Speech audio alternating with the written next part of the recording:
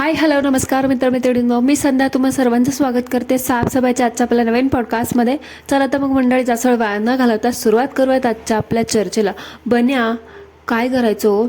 आपलं ना आजचे काल ह्या रिॲक्शन वाल्यामुळे आपल्या व्ह्यूज पार कोसळल्यात. काही सुद्धा व्ह्यूज येत नाहीत. नाही तर पहिले कसं लाखांमध्ये यायचा आणि आता हजारांमध्ये सुद्धा येत नाहीत. म्हणजे कसं करायचं ना, आपले पार खाण्याचे हाल होत आहेत. आपली ती छानपैकी BMW गाडी आहे, तिचा EMI पण भरायचा बाकी आहे. आपलं हे छान छान दुसरं मस्त असं घर आहे दुसऱ्या देशातलं, त्या घराचा आपला हप्ता पण भरायचं बाकी आहे. छान छान जारा मँगोची शॉपिंग करायची पण बाकी आहे. काय करायचं की जेणेकरून आपले व्ह्यूज पटकन वाढतील? काहीतरी उपाय सांगा ना. हे स्वामी महाराजा, आता तुम्हीच काहीतरी करा चमत्कार. हे बघ, हे बघ झोंबल, माझ्याकडे ना आता फक्त एकच उपाय आहे. म्हणजे थोडासा खर्च होईल त्याच्यामध्ये, पण ठीक आहे, काही नाही, होऊ शकतं, आपण करू शकतो सगळं कवर. हे बघ, आता आपल्याला ना आता आपल्या पडलेल्या व्ह्यूज कोसळण्यासाठी आपल्याला जावं लागेल इंडियाला गेलं ना, म्हणजे कसं लोक बघतात की बाबा कसं मागच्याच आपण जे नाटक केलं होतं ना, तसंच आपण थोडंफार करूयात, पण थोडंसं वेगळ्या ट्विस्टने करूयात. तर मग त्यासाठी ना आता आपल्याला आपल्या पडलेल्या व्ह्यूज गोळा करण्यासाठी आपले 5-6 लाख रुपये खर्च करून नाटक करत रडत पडत धडधड होते, धकधक होते असं म्हणत आपल्याला भारतात जावं लागेल. तरच आपल्याला पडलेल्या व्ह्यूज नीट होतील आणि व्ह्यूज पण येतील आणि डॉलर्स पण येतील, आणि शिवाय पुढच्या आपल्या कुठल्या तरी इंटरनॅशनल ट्रिपसाठी ना आपल्याकडे पैसे पण जमा होतील. आणि तुला तर माहिती आहे ना, आजकाल माझ्या कामाचे किती वांदे चालू आहेत. सो आपल्याकडे आता हा एकमेव ऑप्शन आहे. सो आता आपण 5-6 लाख रुपये खर्च करून जाऊयात, पण काही नाही, हरकत नाही. येताना आपल्याला 10-12 लाख रुपये तर आरामातच येतील. सो मला तर हे एकदम प्लॅन अगदी वर्थ वाटतोय. तर ठीक आहे, मग चला आपण ट्राय करूयात आता. तर मंडळी, हे सगळं होतं ह्या दोघांमधलं कॉन्व्हर्सेशन. आता हे तर तुम्हाला माहीत नसेल की ह्या लोकांचं प्लॅनिंग असं चालू आहे ते. तर मंडळी बघा, आता ह्या सगळ्यावरतून तुम्हाला समजलंच असेल की हा कोळसा चार्मिंग आणि त्याची ती कुबडी म्हातारी झोंबल भारतात का येत आहेत, ते पण अचानक. तर मंडळी सावधान राहा, अचानक बिचानक हे सगळं काही नसतं मंडळी. हे सगळं 6-6 महिन्यापूर्वी केलेलं प्लॅनिंग असतं.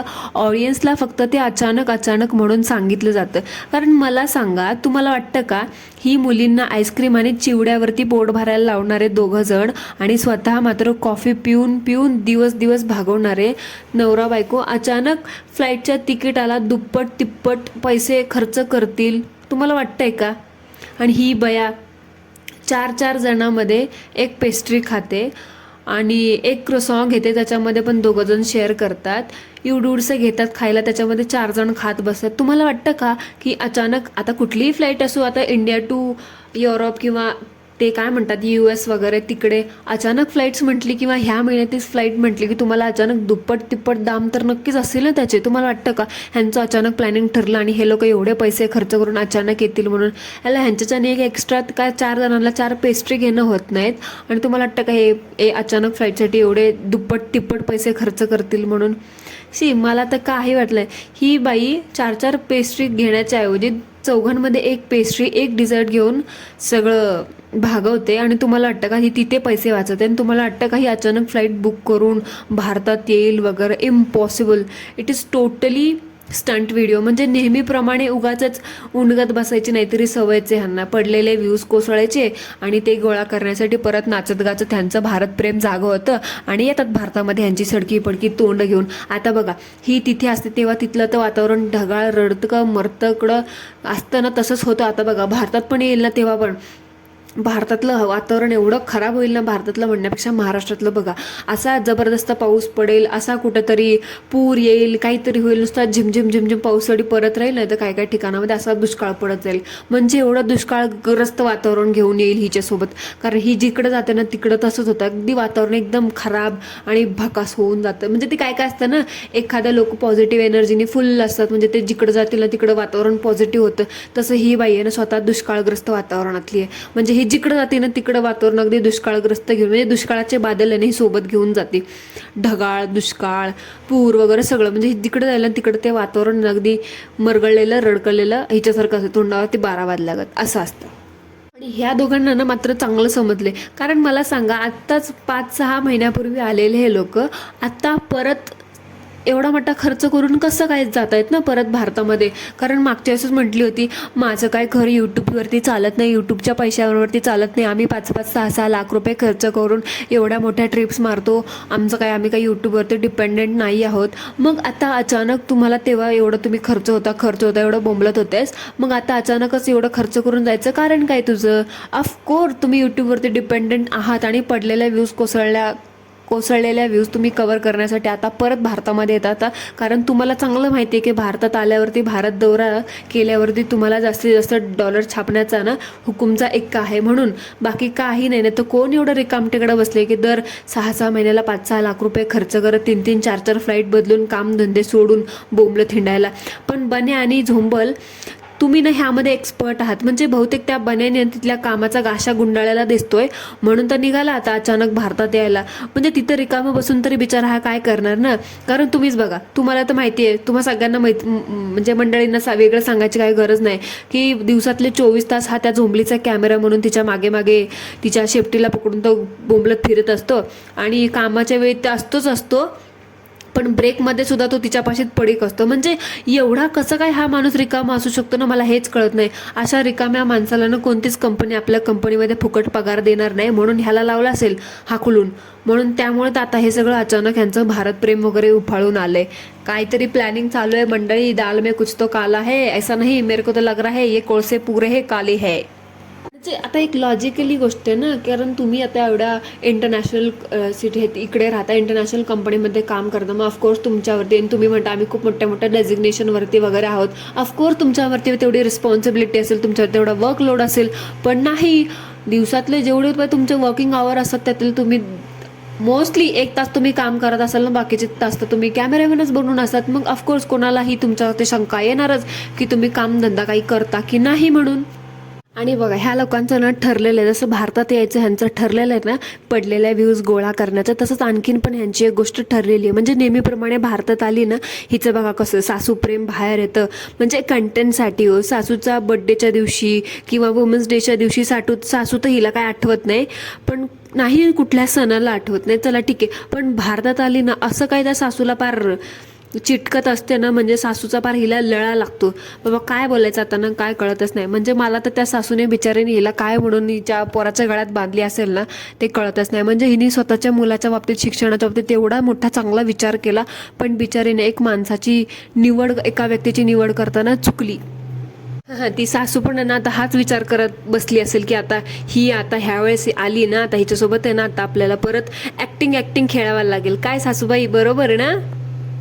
म्हणजे आता तुम्ही तुमच्या सुनेला चांगलं ओळखत असाल ना, की कारण कसं असतं माहिती आहे का, जेवढा नवरा आपल्या बायकोला ओळखतोच तेव्हा एक सासू पण आपल्या सुनेला चांगली ओळखत असते. म्हणजे आता तुम्हाला तर एवढे अनुभव आले असतील, तुमची सून मोठी यूट्यूबर आहे ना, तर तुम्हाला अनुभव आले असतील की बाबा ती तुमच्यासोबत असल्यावर ती कशी ऍक्टिंग खेळते, ॲक्शन रिॲक्शन. आता बघा त्या मावशीचा मुलगा कसा खेळत होता फणश्रीचा, तसंच आता तुमची सून पण तुमच्यासोबत ऍक्टिंग खेळते. हां, खेळा मग, आता छान ऍक्टिंग खेळा, आणि अजून काही रेसिपी आहे ना एक्स्ट्राच्या रेकॉर्ड करून घ्या. म्हणजे तुमची सून आहे ना ह्यावेळेस अजून काहीतरी स्टंट मारेल ना, त्यावेळेस येतील कामाला फेक व्हिडिओ कॉल करून दाखवायला, माझ्या सासूची रेसिपी, माझ्या आईची रेसिपी, माझ्या नंदेची रेसिपी. आणि काय ग बाई, हां बोंबले झोंबले, तुला तुझ्या नवऱ्याच्या मुलाची दयामाया तर येत नाही, स्वतःच्या मुलांची नवऱ्याची दयामाया तर येत नाही तुला, पण ते तुझ्या शेजारी जे राहतात लोक त्यांच्यावरती जरा रेहम खा. हां, सगळ्या जगाला माहिती आहे तुला तुझ्या नवऱ्याची मुलांच्या पोटाची काय पडलेली नाही. त्यांना आपलं शिळं पक्क कच्चं बिच्चं शिळीने पाला खाल्ल्यागत काहीही कच्चंच जेवायला देत असते. आता त्या तुझ्या मुलांना, तुझ्या नवऱ्याला सवय झाली, त्याच्यामुळे ते पचवून घेतात. पण तुझ्या त्या शेजाऱ्यांना बिजाऱ्यांना द्यायला जाऊ नको कच्चं खाऊ घालायला, नाही तर ते टाकतील तुला काळ कोठडीत. कारण कसं आहे माहिती आहे का, तिकडची लोक असं मला वाटते की आपल्यासारखं स्पायसी असं अर्धवट कच्चं बिच्चं ह्या बोंबलीसारखं जेवण खात नसतील. आणि ह्या बाईचं तर फळक पाणी असतं. 4 माणसांच्या भाजीला आता आपण कसं मस्त छान सेमी ग्रेव्ही भाजी बनवतो, तर पण बिचारी असं पातळ फळक पाणीच करत असते. म्हणजे कळतच नाही हिला 4 जणांना जेवायचे का 8 जणांना जेवायचे. म्हणजे ते म्हणतात ना, कधी एखादे खूप म्हणजे काही फॅमिलीज असतात त्यांच्यामध्ये खूप लोक असं, म्हणजे ते म्हणतात ना, मोठं खदराळं असणारी फॅमिली असते, त्यांना पूर्ण लोकांना जेवण पुरवणी आणायचं असतं. असं असतं ना, तेव्हा ते जास्त पाणी ओततात आणि असं एकदम पाणीदार जेवण बनवतात. तसं हेच आहे, म्हणजे 4 लोकांचं जेवण ती बनवायला बनवते, पण ते 2 दिवस खातात. म्हणजे 8 जणांचं जेवण असं ते. आज रात्री पण हेच खायचं, उद्या सकाळी नाश्त्याला पण हेच. कारण नाश्ता ती काय बनवलेलं ते दाखवत नाही, डायरेक्ट हिचं जेवणच असतं. 12 वाजलेत आता आणि आता आपण मस्तपैकी जेवण करणार आहोत. आणि मी ते छानपैकी चपात्या बनवल्या, छानपैकी जिरा राईस बनवलं, छानपैकी भात बनवलंय. नाश्त्याला काय खाते? रात्रीचं फळक पाणी आणि उरलेल्या चपात्या. आम्हाला माहिती आहे का, तू नसशील सांगत, हम तुम्हारी रग रग से वाकिफ है बोंबले झोंबले. तुझे ते एक्सपेरिमेंट, तुझे ते प्रयोग आहेत ना, तुझ्या त्या बण्यावरतीच करत बस. त्या बण्याचा कोठा आहे ना आता एकदम मजबूत झालाय तुझं ते कच्चं पक्क खाऊन जेवण. त्या शेजाऱ्यांना तरी सोड बाई, असं काही करू नकोस, नाहीतरी बसावं लागेल तिथं खडी फोडत. हां, आम्ही ऐकलंय की बाबा तिकडच्या जेल्समध्ये ना असं कोडे पडते हे कोडे, तो डायलॉग आठवला का त्या मूवीमधला? कोडे पडते हे कोडे, तसं काहीतरी होईल. आणि आता वळूयात मंडळी आजच्या आपल्या मेन मुद्द्याकडे. म्हणजे बघा, मागच्या वेळी ही बाई भारतात गेली होती ना, तेव्हा फक्त बोलली होती की माझ्या घरच्यांसाठी गिफ्ट्स घेऊन गेली आहे, म्हणजे फक्त सासूसाठी आणि तिच्या आईसाठी, अशा 2 घरांसाठीच गिफ्ट घेऊन गेली होती. पण ह्यावेळेस तुम्ही बघितलं का, बिचारी कधी नाही ते स्वतःच्या नंदांसाठी पण गिफ्ट्स घेऊन गेली आहे. म्हणजे मागच्या वेळी फक्त स्वतःचं माहेर आणि सासरे एवढंच होतं, ह्यावेळेस नंदांसाठी पण गिफ्ट्स घेतलेले दिसत आहेत. म्हणजे चिरीमिरी. म्हणजेच विचार करा मंडळी, किती मोठा कंटेंट छापायचं प्लॅनिंग करून चालले ते दोघं जण. म्हणजे आता कसं, आधी गिफ्ट द्यायचे आणि त्याच्यानंतर त्यांना म्हणायचं नाचो अभी मेरे ताल पे. मी म्हणाल तशी ॲक्टिंग करा, मी म्हणाल तसं नाचत या, मी म्हणाल तसं बोला, मी म्हणाल तशी रेसिपी दाखवा. असं म्हणजे आता मी म्हणाल तसं म्हणजे म्हणायचं की बाबा चला, आता मी तुम्हाला गिफ्ट दिलेत ना, मी तुमच्यासाठी आणलंय ना सेलमधून सामान, आता डॉलरसाठी ना, आता माझ्यासाठी थोडीशी ॲक्टिंग करून दाखवा. असं ते म्हणतात ना, बाळा पाहुणे आली नाचून दाखव, तसंही म्हणाल आता चला बाई माझी भाऊजई आली, आता मी नाचून दाखवते थोडंसं. तसं 1-2 युरोचे घेतले असतील काहीतरी चिरीमिरी सामान, आणि आता ते दाखवून मात्र स्वतः मात्र लाखो छापणार. आणि काय ग झोंबले, स्वतः मात्र त्या चिक्को मिलानो टिक्को मिलानो मॅक फॅकमधून सामान घेत असते.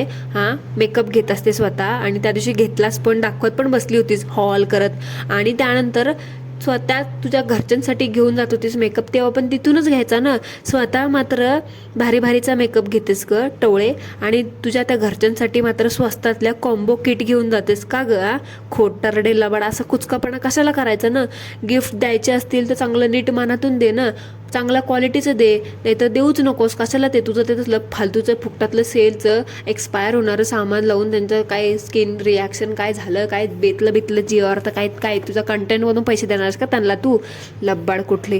आणि काय ग तुला धडधड, काय धडधड होत आहे म्हणे, मेरे को धडधड होत आहे, आपको भी होता है क्या धडधड? हमको धडधड वडधड कुछ नाही होता, कारण आम्ही तसे कांडच करत नाही काही धडधड बिडधड होण्यासारखे.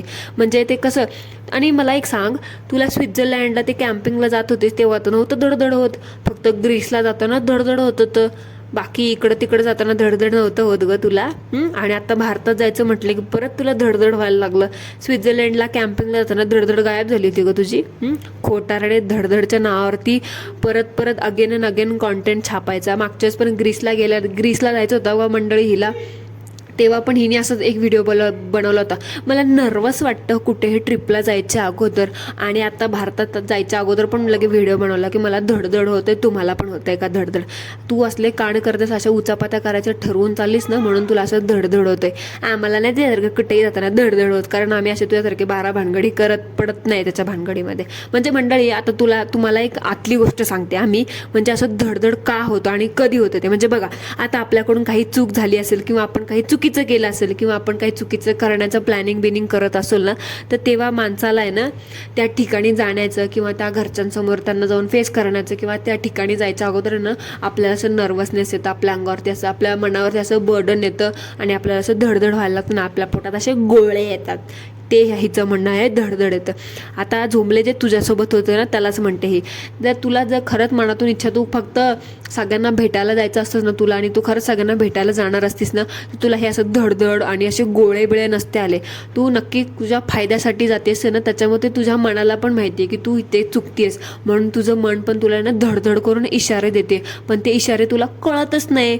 इशारा तुला कळला ना, तसं तुला कळतच नाहीत कुठले इशारे. त्या इशाऱ्याने त्या मनाला फसवलंस.